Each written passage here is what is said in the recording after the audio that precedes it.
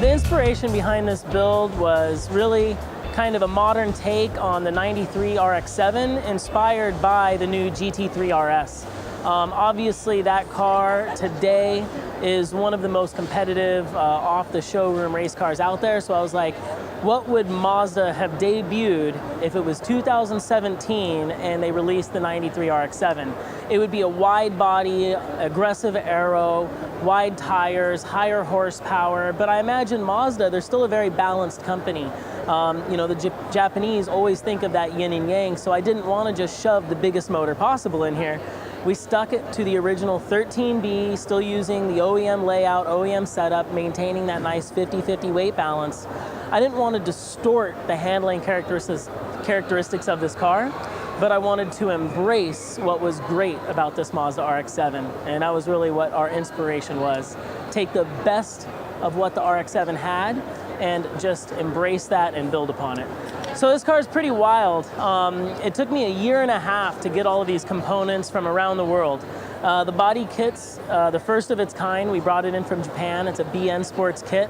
And the only other car right now that has this kit is the original that debuted at the Tokyo Auto Salon. So, you know, just being an FD fanatic, it's amazing to have this kit. It's rare. I've always been a fan of BN Sports, so I'm pretty hyped on that.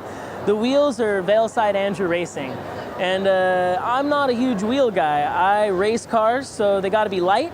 And if I hit something, I want them to take the abuse and keep on going. But for this car, our debut, I really wanted to put something on it that was rotary tradition. And I mean, we all know the Andrew Racing Veilsides were the Fast and the Furious. They were designed for the RX-7. So even though it's not the Veilside kit, I wanted to bring a little JDM heritage, mix it with some modern JDM, and create my American take on what this JDM car could have been if it was released today. With our engine setup, we went aggressive, but we didn't want to do modifications that the general consumer couldn't. So side mount alternator bracket from Built to Apex really cleaned everything up. Tubular intake manifolding from CX Racing, readily available from customers. You know, everything we used is a bolt-on. We just tried to clean everything up. The twin turbos was me embracing what Mazda gave us originally, but again thinking, what would they do today? We've got a lot more technology.